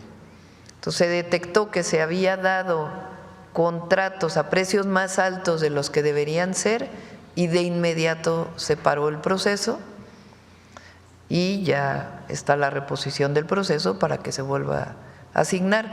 Y es muy importante lo que presenta Eduardo. ¿Por qué no ponen la plataforma? Ya Eduardo, no tuvo… ¿por qué no la explicas de nuevo? Ya no tuvo fue mayor… así como la platicaste demasiado rápido. Un gusto, presidente. Claro, si ustedes ingresan a la página compraconsolidada.salud.gov.mx y se van a esta sección que se llama Monitoreo de la Compra, lo que van a ver ustedes es todos y cada uno de los medicamentos que hemos adquirido en este proceso de consolidación. Van a poder buscarlos por clave, que es como lo conocen muchos de los especialistas, por nombre del medicamento, ponen ahí paracetamol, ponen el medicamento que ustedes quieran. Van a poder ver qué tipo de medicamento es, si es un oncológico, si es un medicamento, material de curación. Y lo más importante es que van a ver quién fue el proveedor adjudicado o los proveedores adjudicados, porque puede haber más de uno cuando estén ofertando precios similares, el volumen que estamos comprando, es decir, cuántas piezas, a qué precio estamos comprando cada pieza y cuánto representa este monto del contrato. Con esto lo que buscamos es que no solo la población conozca los medicamentos que ya están a disposición de todos para que los hospitales, las clínicas los soliciten, pero que también sea un ejercicio bastante fuerte de transparencia a futuro de en qué condiciones compramos los mexicanos los medicamentos que requerimos y así le demos seguimiento. Y finalmente, como una parte posterior que estamos liberando en los siguientes días, es no solo lo que compramos, es decir, los contratos adjudicados, sino lo que ya vamos pidiendo y en qué lugar se van solicitando para que también podamos darle seguimiento como pacientes, como sociedad civil en general, a lo que se está llevando a cada uno de los estados. Y muy importante para nosotros, es un mecanismo también de presión para incrementar el cumplimiento de parte de los proveedores. Y si ustedes ven ahí en el mediano plazo, esperemos que no ocurra pues un tema sistemático de incumplimiento de algún proveedor, poder hacerlo conducente para cambiarlo en buenas condiciones de precio y calidad por alguien que sí cumpla. Eso es lo que estamos anunciando hoy y en todo este proceso de compra la presidenta nos ha pedido que pues transparentemos lo más posible porque creemos que es la mejor manera de meternos presión inclusive internamente. Si ustedes saben de qué manera compramos, nosotros también tenemos una lupa encima de nosotros para hacer nuestro trabajo aún mejor y con más probidad, que es lo que tenemos que garantizar siempre. ¿Podrá ver cuando lleguen a las comunidades? ¿Perdón? ¿Podrá ver el seguimiento cuando lleguen a los hospitales? ¿A cada consultorio? Sí, finalmente es el cumplimiento del proveedor cuando se entreguen cada una de los estados, que es donde el proveedor entrega, o las unidades hospitalarias. Recuerden, la última milla, que son las unidades, lo hacemos dentro del Estado mexicano y estamos viendo si en el futuro podemos facilitar eso, pero en esta primera etapa es cuando cumple el proveedor, que es entregarlo en hospital o en los almacenes de cada uno de los estados. Gracias. Presidente, en el caso de Infonavit, estas carpetas… Ya va a venir Octavio a la mañanera para poder explicar junto con todo el equipo de SEDATU. Finalmente, Presidenta, hay una publicación hoy también de pues una encuesta del Financiero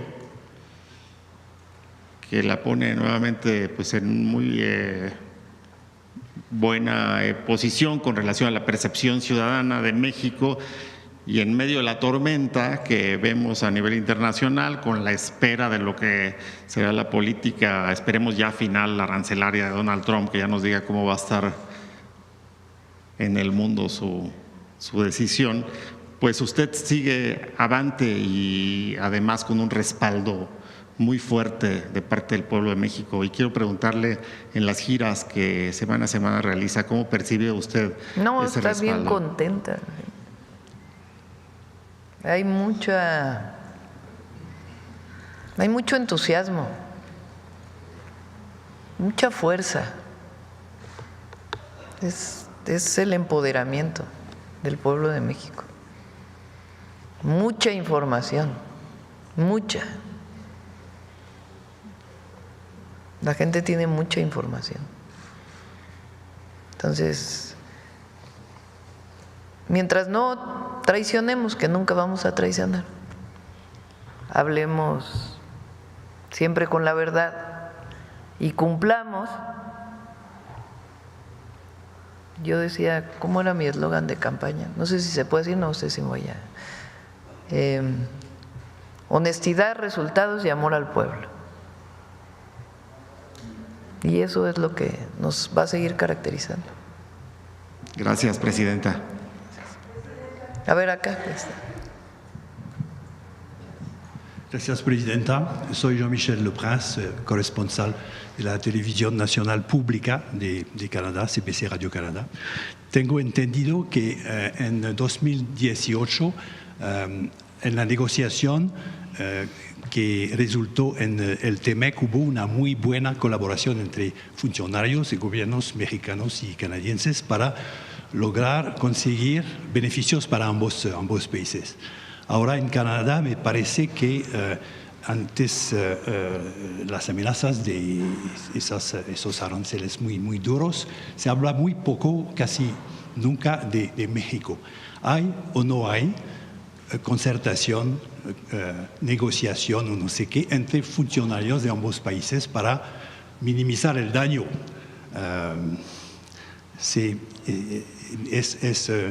¿Está sucediendo o no? Y también yo quería saber cuál es si me puede describir la relación actual entre México y Canadá. Tuvo problemas a principios de las amenazas de Trump, era un poco delicado. Ahora, ¿cómo están? Sí, tenemos una llamada pendiente con el nuevo primer ministro. No es que no queramos hablar, sino que no hemos podido cruzar agendas. Entiendo que ya esta semana ya podamos hablar por teléfono, no nos hemos comunicado, pero hay buena relación con Canadá y va a seguir habiendo buena relación con Canadá. Porque las economías son complementarias, entonces hay interés de ambos países a hacer frente al mismo tiempo a los americanos en esta situación. Sí. Y hay reuniones o pláticas sobre las negociaciones posibles. Hay comunicación, digamos que todavía no hay una mesa de trabajo donde podamos hablar porque estamos esperando también qué va a ocurrir, ¿verdad? Sí. ¿Cuál es la decisión final? Y sobre esa pues ya platicaríamos. Tenemos un acuerdo comercial, el TEMEC, el tratado que nosotros llamamos México, Estados Unidos, Canadá. Estados Unidos le llama Estados Unidos, Canadá, México, y Canadá pone Canadá como primer país. Pero lo importante es que tenemos un acuerdo comercial. Evidentemente, la decisión del gobierno de los Estados Unidos de poner aranceles a uno y otro país, pues obviamente que pone en duda el propio TEMEC, pues porque si el TEMEC dice 0 aranceles y hay aranceles, pues evidentemente no se está cumpliendo el TEMEC. Entonces vamos a esperar al 2 de abril, lo que hay que es esperar y seguir en diálogo. Lo más importante aquí es que siga la comunicación con el gobierno de Estados Unidos y con el gobierno de Canadá. Supongo que usted se va a ser enterada antes de nosotros de los Yo creo que todos nos vamos a enterar con el anuncio del presidente. ¿Va a ser hoy? Es mañana. Es mañana 2 de abril.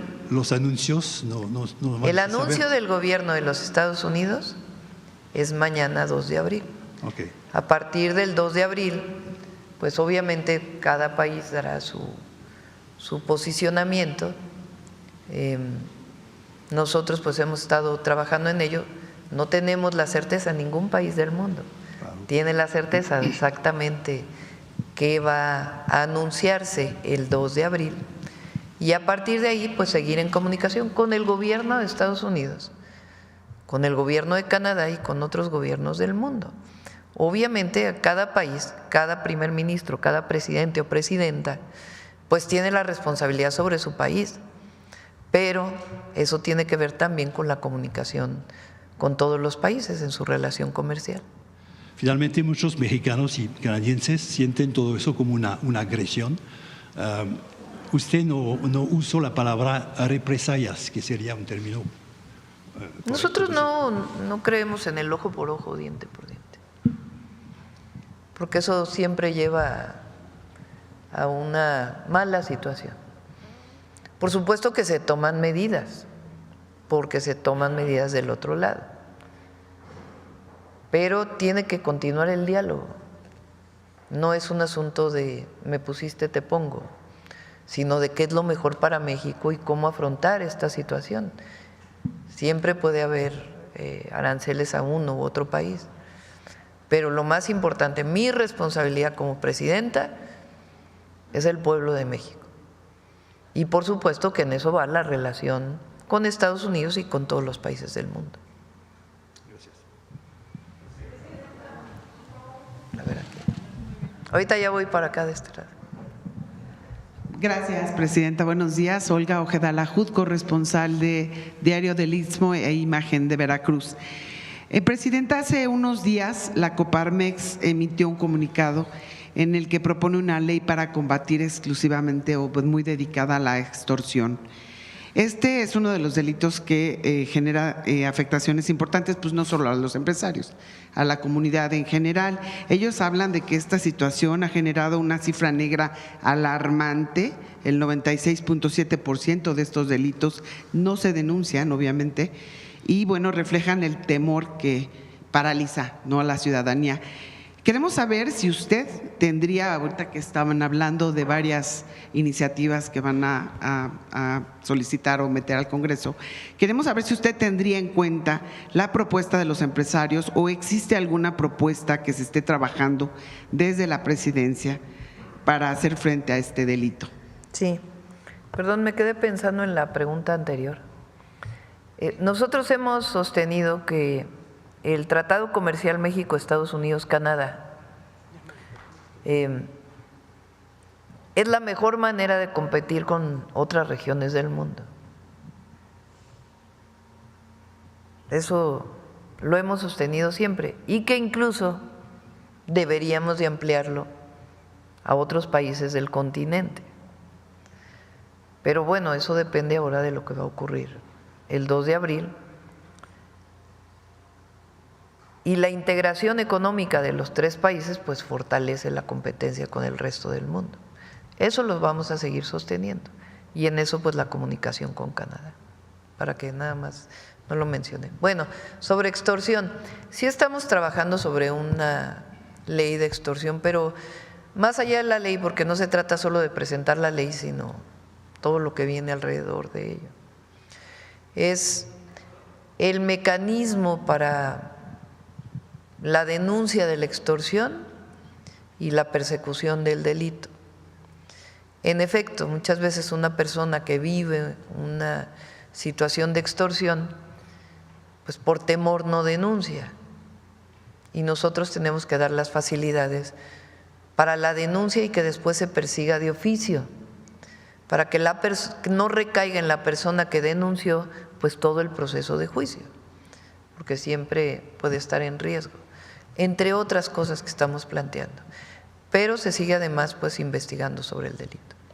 Muy bien, gracias, presidenta. Y en un tema más local, queremos saber, hay un hospital moderno infantil, y aprovechando que está aquí las autoridades de salud, este hospital moderno infantil del IMSS Bienestar está en Coatzacoalcos, pero ha sido un tema de 11 años de viacrucis. Empezó a construirse en el 2013 con Javier Duarte, pero no lo terminaron, se abandonó la obra, después Yunes lo reinició, tampoco lo concluyó con Cuitláhuac, que el hospital siguió construyéndose e incluso una parte se pudo utilizar para hacer hospital COVID. El presidente López Obrador inició su conversión a hospital del IMSS Bienestar, pero se planteaba que quedaría listo a finales del mes pasado o inicios de este mes. Mi pregunta es si el hospital que estaba programada su inauguración ¿será realidad ahora sí o Alejandro, qué información tienen sobre el tema? Sí, efectivamente, es un hospital muy importante que no solamente va a atender a la población de Coatzacoalcos, sino a la zona de Minatitlán, de toda la zona sur del estado.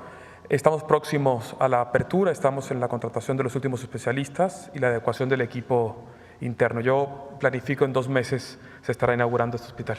Es una realidad, muchas gracias. Sí. Finalmente, presidenta, bueno, nada más puntualizando un poco el tema de la reunión de los aranceles, que ya estamos a un día de saber. ¿Tiene programada alguna llamada con el presidente Trump? por ahora no. Estamos antes no. Sí. Ok. Vamos a esperar a ver el día. Seguimos esperando. Y último, ya queremos saber si usted, el próximo 21 de abril en Veracruz se va a inaugurar, o así va a participar usted, ¿no?, en el evento de la gesta histórica de Veracruz, que tiene la expectativa de que podría usted inaugurar la Plaza de la República y la Casa de Benito Juárez. Sí, ya me invitó Rocío. ¿Sí? ¿Sí? Estamos viendo a ver si sí vamos a poder ir o no. Ya les avisamos. Muy bien, muchas gracias. Gracias. Sí. A ver acá les. Gracias, presidenta. Buenos días. Buenos días a todos. Presidenta, estos pequeñitos son hijos de unos hermanos migrantes que se los quitaron allá en Estados Unidos. Es una situación muy, muy lamentable. Los papás se llaman Beatriz Godoy y su esposo son de Guanajuato y bueno, es Jesús Linares, su esposo. Fíjese, presidenta, que los llevaron a uno de ellos, a uno de estos pequeñitos, los llevaron al hospital y pues ahí ya lo hemos platicado que muchos de ellos no hablan ni siquiera bien el español y pues que decidieron quitárselos porque no tenían las condiciones para vivir con ellos. Entonces, esto es en Oklahoma. Fueron al consulado y obviamente pues no los han atendido. A uno de los niños se lo llevaron a Yukon, Oklahoma, uno de los niños. Al otro niño, su hija Teresa, se la llevaron a Tulsa, Oklahoma. A otro de los dos de los niños están en Lawton, Oklahoma. Y no es el único caso, presidenta. Fíjese que el gobierno de Estados Unidos les paga a los norteamericanos, a sus ciudadanos, para que se queden con los niños. O sea, es un subsidio que da el gobierno. Entonces, muchos norteamericanos hacen esto y se quedan con los niños de muchos migrantes. Entonces, ellos ya están aquí en México porque fueron a la corte allá a Estados Unidos y pues no pudieron recuperarlos, están muy desesperados y bueno, pues quisieran ver si hay la posibilidad de que ustedes los apoyaran. Claro que sí. Es en el consulado de Oklahoma. Sí, danos el caso ahorita con Adriana y de inmediato. Sí, este es un primer caso. También hay otra en Nueva York que tuvo a su bebé en diciembre, sacó su cita y fue a que le dieran su doble nacionalidad y no se la quisieron dar que porque no es madre soltera. Entonces también esos detalles, pues sí es un poco complicado. Todo eso tienen que atenderlo los consulados, ya viene. Exactamente, sí, porque pues cambio en los consulados. Exacto. Mire, Presidenta, le tengo un tema muy delicado que pues obviamente me interesa muchísimo que usted esté al tanto. La semana pasada, el 21 de marzo, bueno, hubo un dramático video que nos enviaron y que publiqué en nuestro canal. Y bueno, pues a raíz de eso lo atendieron porque habían detenido a un hermano migrante allá en Miami, estuvo en el centro de detención, ya lo deportaron, ya está aquí, y hubo una reunión por parte del canciller el 21 de marzo, donde llama canciller a redoblar esfuerzos en la atención de connacionales y en la simplificación y digitalización de trámites en Estados Unidos. Y bueno, pues publica la Secretaría de Relaciones. Pero fíjese que ya hubo una rebelión, y es lo que quiero informarle, una rebelión de los trabajadores de los consulados, Presidenta.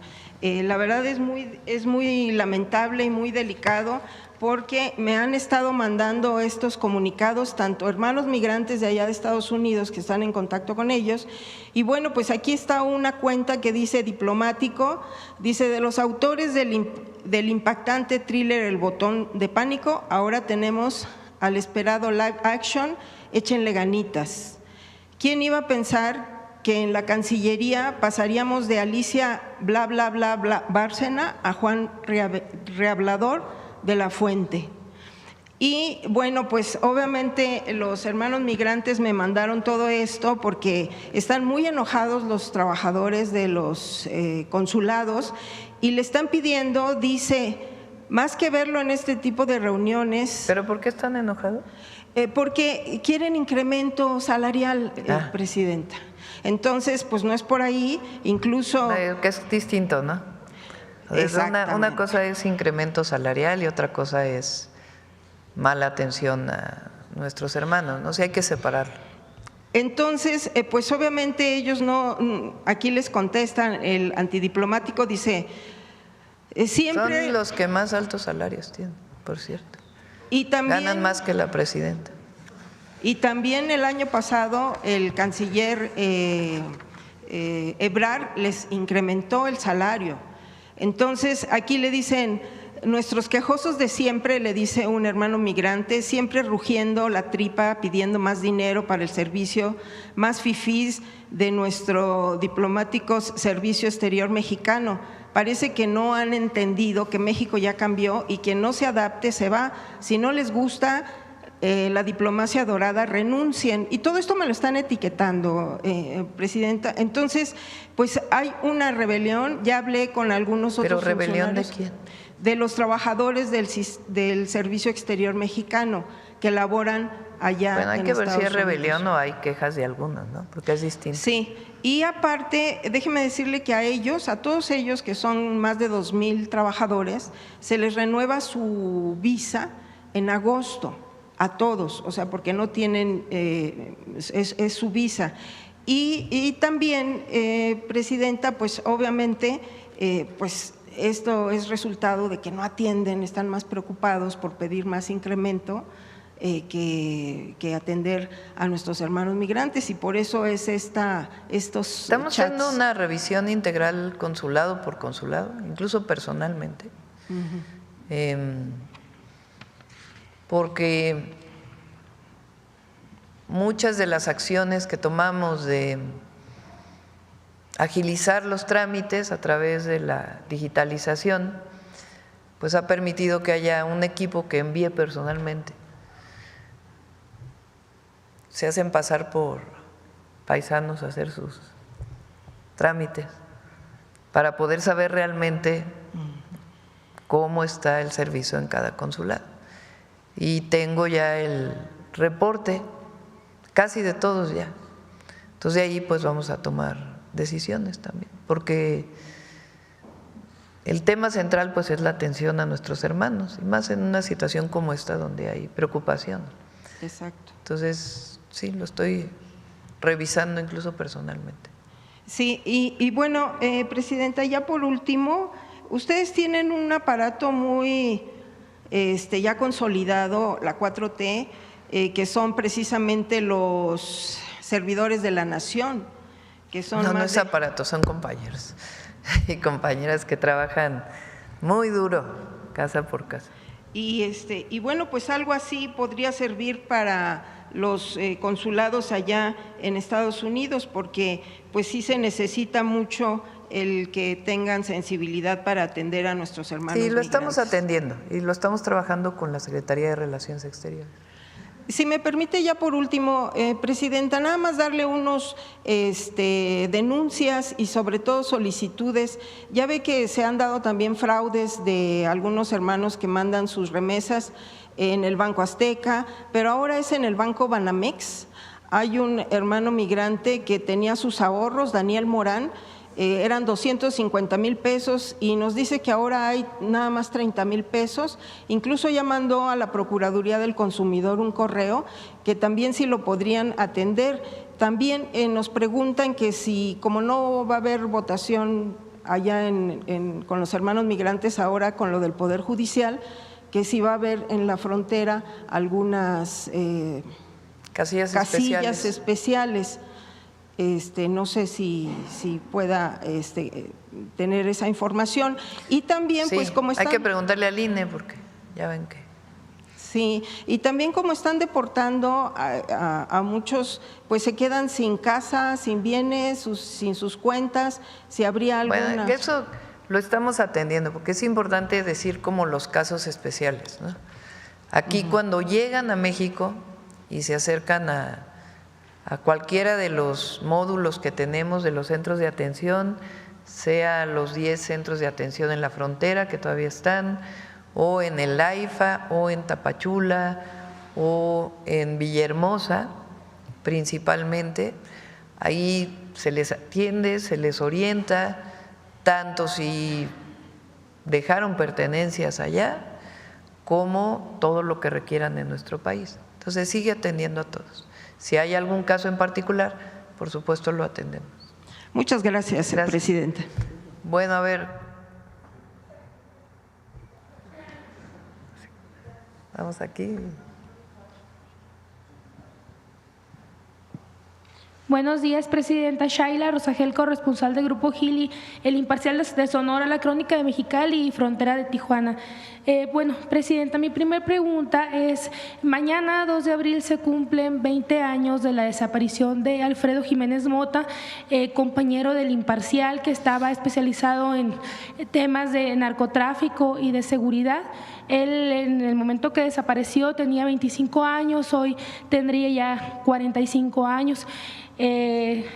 Preguntarle, Presidenta, bueno, durante la administración del presidente Andrés Manuel López Obrador hubo una acción, se pidió perdón por parte del Estado a la familia y se hicieron algunas cosas con la familia sobre el tema de Alfredo, pero bueno, la investigación sobre el caso lo tiene la FGR y hasta el momento pues no sabemos qué avances ha habido, no sabemos…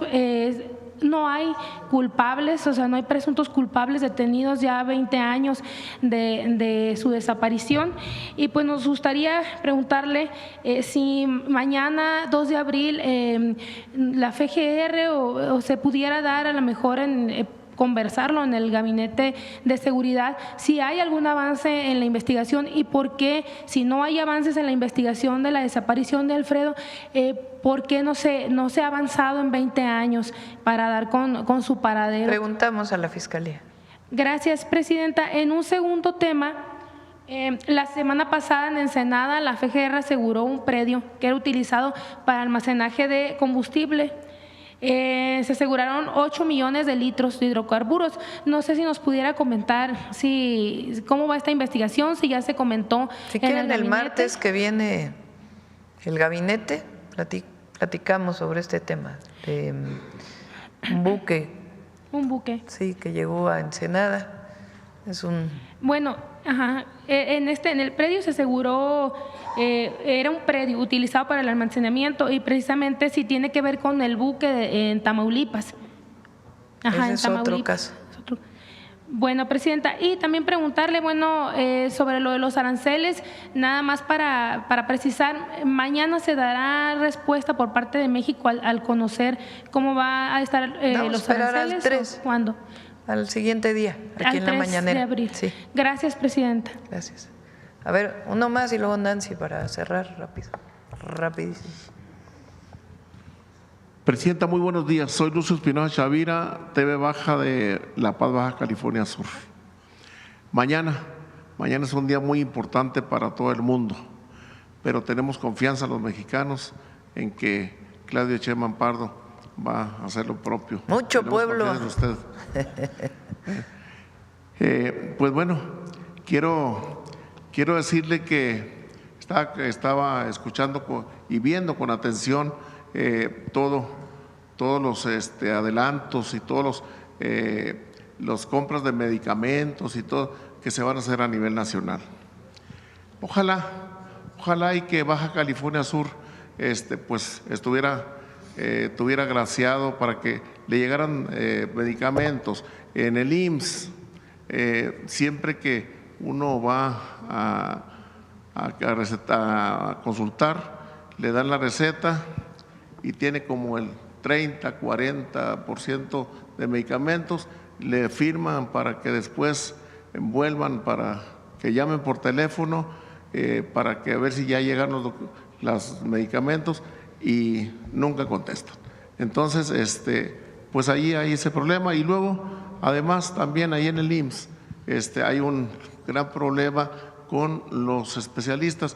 Casi todos están para allá por Los Cabos, y un simple examen de orina o de sangre, a veces hay que tardar 3-4 meses. Entonces estamos en esto de los análisis clínicos.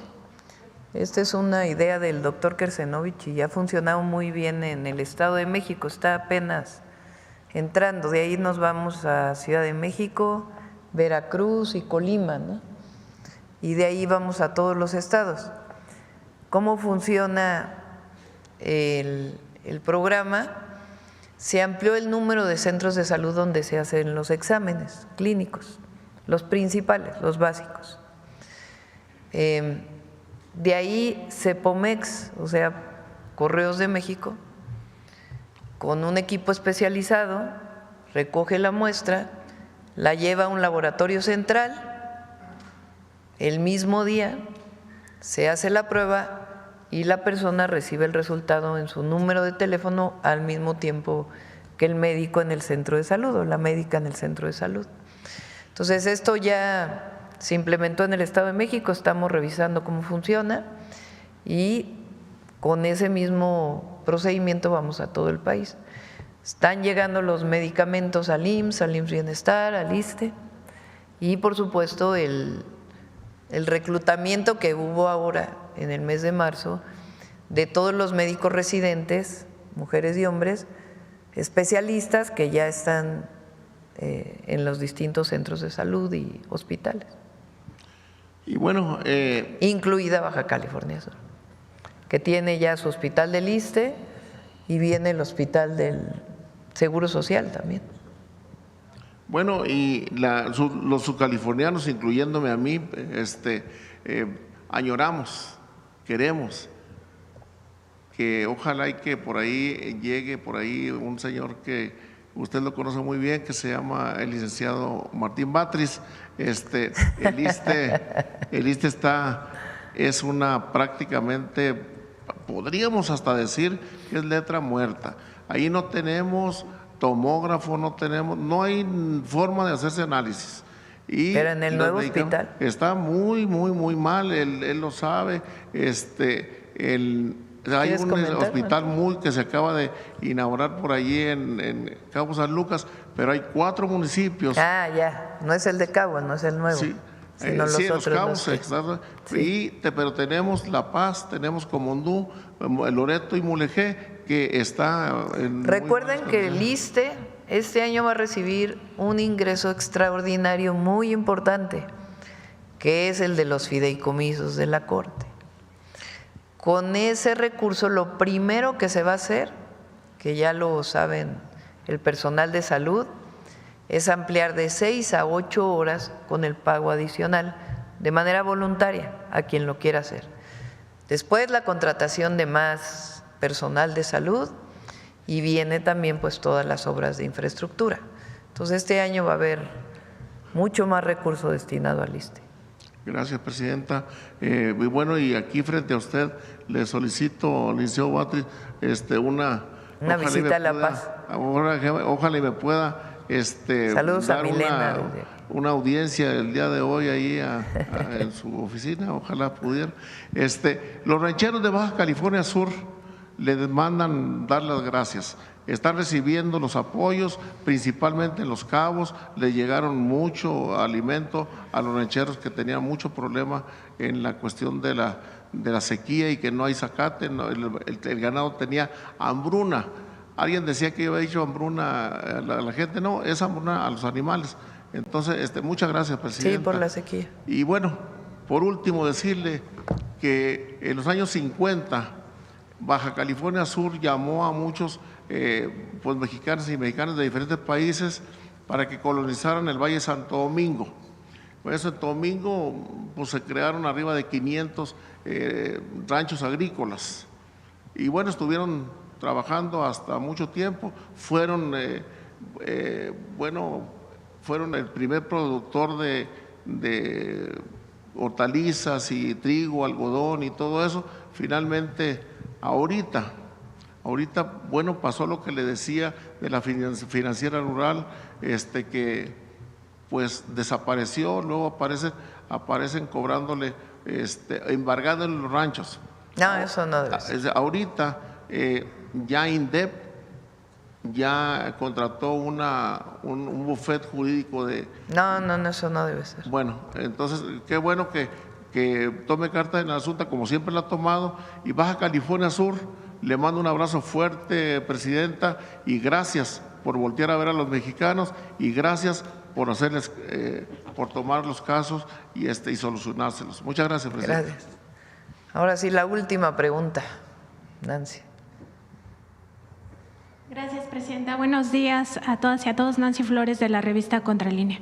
Presidenta, en este caso que acaba de presentar el licenciado Pablo Gómez, pues es muy importante ubicar quién es Álvarez Puga y también este asunto de las cárceles, este organismo que depende de la CEGOP, pues estos negocios se hicieron en el momento en el que Miguel Ángel Osorio Chong estaba al frente y de hecho las investigaciones alcanzaron al secretario y sin embargo pues no ha pasado nada. En este sentido, pues parte de lo que se ve a partir de las informaciones que se dieron a conocer hoy, pues más del 60% de los desbloqueos, que son estos 23,000 millones de pesos, son producto de esta presunta corrupción o presumible corrupción del Poder Judicial a través de los amparos y ahora con esta agravante de que ni siquiera se revisan a fondo, sino solo con la suspensión temporal. En ese sentido, preguntarle, presidenta, si no sería importante que ya se revise desde la Unidad de Inteligencia Financiera a jueces, magistrados y ministros que pues tienen estas actividades presuntamente ilícitas y en ese sentido pues revisar porque seguramente tendrán algún tipo de enriquecimiento ilícito y otros delitos de corrupción como puede ser aceptar sobornos.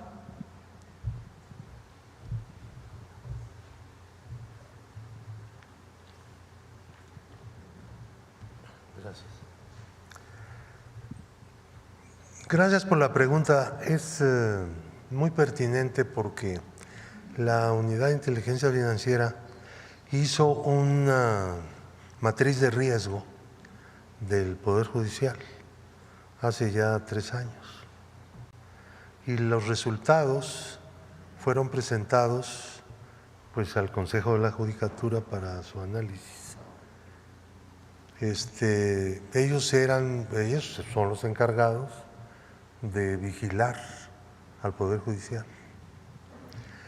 Pero además se han presentado quejas ante el Consejo de la Judicatura relacionadas con la acción de algunos funcionarios judiciales, jueces y secretarios.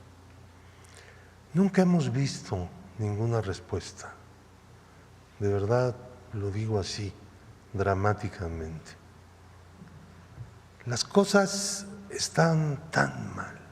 Están porque están en vías de cambiar, pero pues todavía tenemos el esquema. Mucha gente percibió que el cambio del Poder Judicial era indispensable. Era un complemento a todos los cambios que se habían hecho. Queremos un Estado democrático y social, pero un Estado democrático y social de derecho. O sea, completo. Y eso es lo que se planteó. Y sin ese complemento estaríamos todavía truncos en algo. Algunas personas no lo entendieron porque sus intereses son contrarios a esos cambios. El resto de la gente lo entendió. Nadie inventó nada. Todo era la lacerante realidad de camarillas enquistadas en un poder que tiene mucho poder. Es algo muy importante. Y por eso se planteó muy correctamente la creación de un órgano, de un tribunal de vigilancia, un lugar donde estén los jueces de los jueces, por decirlo de esa manera. ¿Me entienden? Pues eso es lo que desde un principio se necesitaba, pues claro. Pero ahí vamos. Ahí vamos. Antes de que se vaya. Según el INE no puedo hablar de la elección que dicen que va a haber no sé qué día. Pero sí puedo hablar de una reforma que se hizo y que es letra actual de la Constitución, porque nadie nos puede prohibir que hablemos de lo que la Constitución dice, por favor. Digo, hubo muchos años de lucha a favor de la libertad de difusión de las ideas, ¿no? Y si me permite, licenciado, preguntarle por un expediente al que tuvimos acceso en la revista Contralínea, es sobre familiares y también subordinados y el propio exgobernador de Morelos, Cuauhtémoc Blanco. En este expediente de la UIF, pues se daba cuenta de varios millones de pesos que se movieron a través de diversas cuentas. Preguntarle si encontraron algún tema de ilicitud o de presunta ilicitud para judicializarlo, y también aprovechar preguntarle en el caso de Latinus, usted en el sexenio del presidente López Obrador presentó varias veces pues cómo se trasladó dinero público a esas cuentas. Entonces, saber si hay algún avance también en ese sentido. Gracias. Sí, lo que te puedo decir es que la UIF presentó denuncias, ha presentado muchas y le ha dado seguimiento. De Latinos. De Latinos también, pero del Poder Judicial, que era la pregunta. Ahora en relación con Latinos también. Me está en este momento diciendo la presidenta que ella va a contestar esa pregunta. No, pero te preguntaron de Cuauhtémoc Blanco para que si hay alguna investigación. Mira, la UIF no ve este tipo de asuntos, de denuncias sobre malos manejos en el anterior gobierno de Morelos. Nosotros no tenemos conocimiento. Si la Procuraduría de Morelos nos hace un requerimiento de información, con mucho gusto asistimos, con mucho gusto.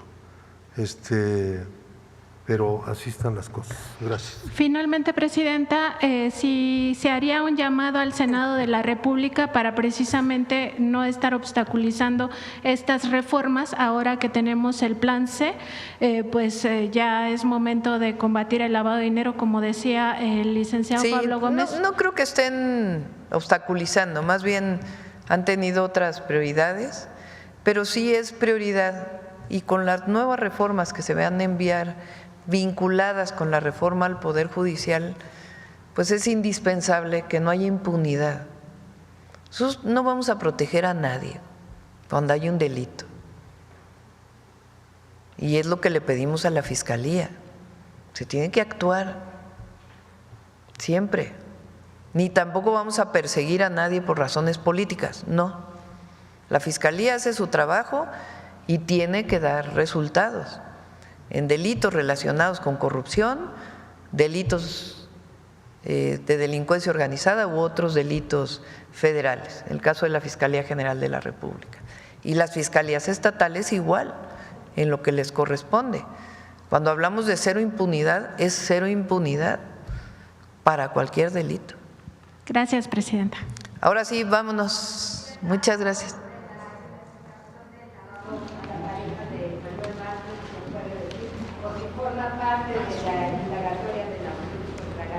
Sí, en otra ocasión, si quieres, ya contestamos sobre este tema, Pablo. Ahí va a poder seguir viniendo para el caso de latinos, de otros latinos. Muchas gracias a todas y a todos. Gracias. 9:30 ya.